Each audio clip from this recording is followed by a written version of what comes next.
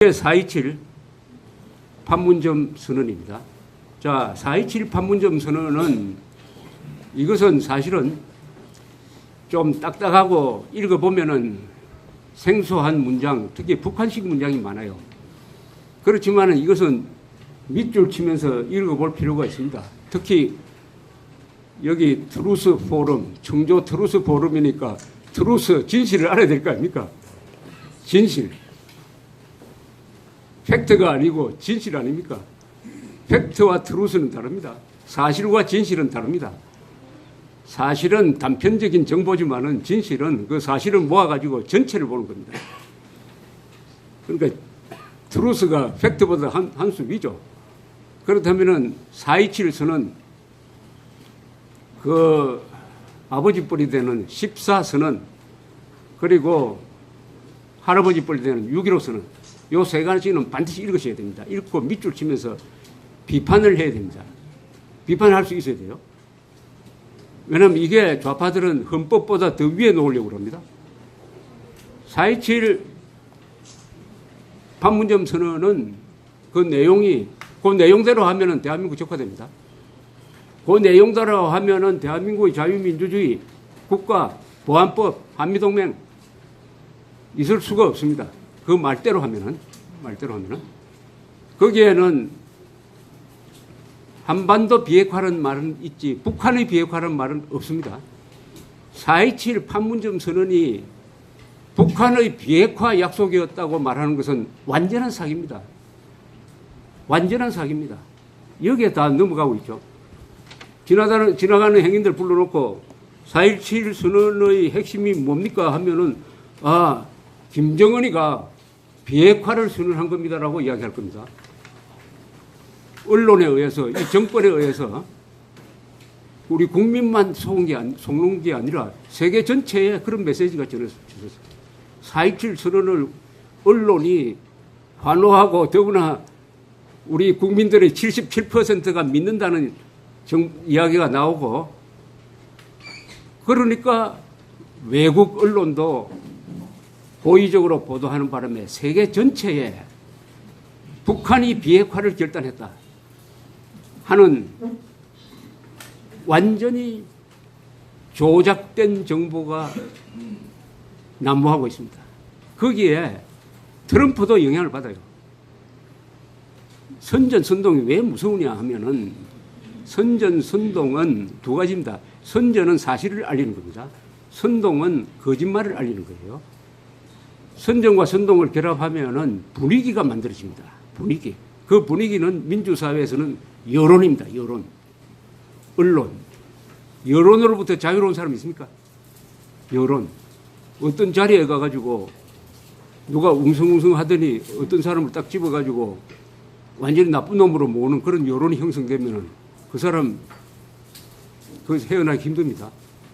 여론은 독재 체제에서도 중요하고 민주국가에서는 바로 여론이 선거를 통해서 정권을 만들어내는 거죠. 또 정책을 만들어내는 거죠. 트럼프가 해서는 안 될 행동을 지금 하고 있는 게 많은데 그것도 김정은, 문재인 두 사람이 합작한 판문점 쇼에 의해서 만들어진 무대에서 그 영향을 받고 있는 거죠. 영향을 받고. 4.27 선언은 읽어보면은 민족이란 말이 많이 나와요. 민족적 화해, 민족의 혈맥을 잇는다. 그리고 민족 자주, 민족의 중대사, 민족이 9번 나옵니다. 9번. 그 민족이 한 번 나올 때마다 대한민국의 정체성이 무너져버리고 대한민국의 통일 원칙이 부정되고 헌법이 조롱을 당하고 하는 구조입니다.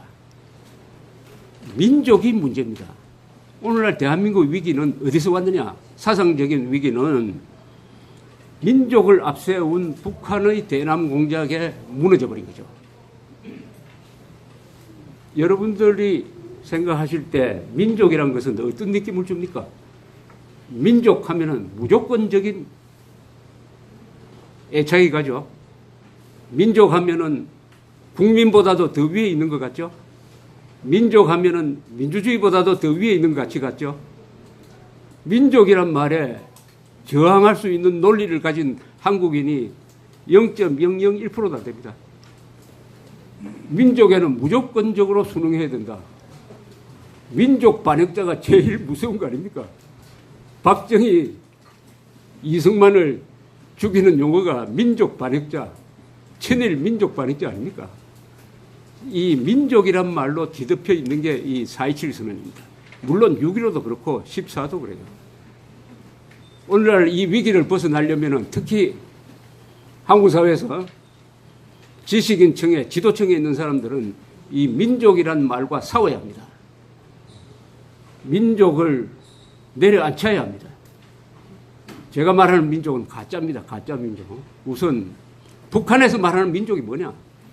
그것은 김일성 민족입니다. 김일성에 충성하는 사람은 민족이고 여기 계신 분들은 다 민족에 해당이 안 됩니다. 북한의 민족에 대한 개념은 철저하게 계급적 민족관입니다. 계급적. 혈통적 민족관도 문제죠. 그것은 부족국가에나 통용될 수 있는 이야기입니다. 여기에 북한은 하나 더 보태가지고 계급적 민족관을 만들어냄으로써 민족주의 세력과 반민주 세력으로 나눠버리고 자유민주, 이승만, 박정희, 미국과 친하자고 하는 사람 이걸 전부 다 민족 반역 세력으로 몰면서 6.15 선언을 통해서는 우리 민족끼리 자주적으로 통일하자 하는 말을 딱 제1조에 넣었습니다. 여러분 이거 반박할 수 있습니까? 우리 민족끼리 자주적으로 통일하자. 그 말에 반박할 수가 있습니까? 한번 생각해 보십시오. 그 말에 무슨 논리로 반박할 수 있을까? 쉽지 않을 겁니다. 왜냐? 민족은 무조건적 충성을 요구하는 아주 강력한 말입니다. 그때 어떻게 반박을 해야 되느냐? 우리 민족끼리 자주적으로 통일하자. 이거 뭘로 반박을 합니까? 반박하는 근거가 뭡니까? 첫째, 헌법에 위반됩니다. 헌법. 우리나라 헌법에는 민족이란 말이 두 번밖에 안 나옵니다. 헌법 전문에 있고 민족 문화의 발전이라는 대통령 선서문이 하나 나오는 거. 그 다음에 전부 국민입니다. 국민. 국민과 개인입니다. 대한민국은 민족 주권의 나라가 아닙니다. 국민 주권의 나라입니다. 국민 주권. 그리고 대한민국은 민족 통일을 요구하지 않습니다. 민족 통일을 한다면은 만주에 있는 조선족, 미국에 있는 우리 동포를 다 민족 통일의 대상으로 삼아야 되는 거 아닙니까? 할 수 없죠. 우리는 국토 통일이고 이념 통일이고 가치로서는 자유민주적 기본 질서에 입각한 평화적 통일입니다. 그러니까 자유통일이에요. 자유통일. 우리가 써야 될 말은 자유통일, 국토통일, 이념통일입니다. 헌법에는 자유민주적 기본 질서에 입각한 평화적 통일을 지향한다고 딱 되어 있습니다. 따라서 우리 민족끼리 힘을 합쳐서 자주적으로 통일하자. 헌법 위반입니다.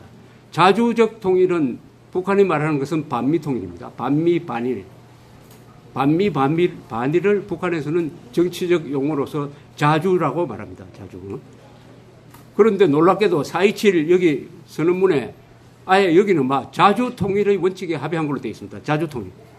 이거 헌법 위반입니다. 헌법 위반. 자주 통일은 헌법이 허용할 수 없어요. 그 다음에 6.15 선언이 남북 관계에서 절대로 넘어서는 안 될 선을 두 개를 넘었습니다. 첫째, 자유민주적 기본 질서에 입각한 평화적 통일을 추진한다는 말 속에는 뭐냐? 북한 노동당 정권하고는 긴장 완화는 이야기할 수 있지만은 통일을 논의해서는 안 된다는 이야기입니다. 왜냐? 북한 노동당 정권은 민주적 선거로 구성된 정권이 아닙니다. 독재 정권입니다. 대표성이 없습니다. 대표성이 없는 괴뢰 정권과 무슨 통일을 이야기합니까? 형사가 그러면은 살인범하고 만나가지고 협상해가지고 우리 한방에서 같이 살자 논의할 수 있습니까? 없습니다. 자유민주적 기본 질서에 입각했다는 말이 바로 북한의 자유민주적 기본 질서에 입각한 정권이 들어서고 그 정권과 통일을 논의하라는 뜻입니다. 그런데 이것이 중간에 허물허물해 버렸어요. 허물허물한 데는 남북관계에서 북한의 용어 전술에 휘말린 우리 역대 정권의 잘못이 있습니다. 7.4 공동성명이 잘못됐어요. 자주, 평화통일, 민족 대단결, 여기에 민족도 들어가고 자주도 들어가고 자유가 안 들어갔어요. 자유가. 그러나 북한을 상대할 때 우리가 북한을 통일 대상으로 해가지고 뭐 하자고 한 이야기는 서론적으로만 했지 하진 않았어요. 그런데 김대중, 김정일 회담에서 드디어 통일의 대원칙을 하나 6.15 선언에 못을 박았습니다. 이것도 물론 헌법 위반이죠. 제2조 2는 너무나 심각한 헌법 위반입니다. 6.15 선언 제2항은 뭐냐? 남측의 연합제와 북측의 낮은 단계 연방제가 공통점이 있다고 인정하고 그 방향으로 통일을 논의한다. 이거 완전히 거짓말이고 사기입니다. 공통점이 없어요. 북한의 낮은 단계 통일 연방제는 높은 단계로 가서 적화 통일을 하겠다는 거고, 우리의 연합제는 자유통일로 가는 중간 단계입니다. 통일의 제일 중요한 목표는 어떤 나라를 만드는 거 아닙니까? 그 나라를 만들겠다는 게 다 달라요.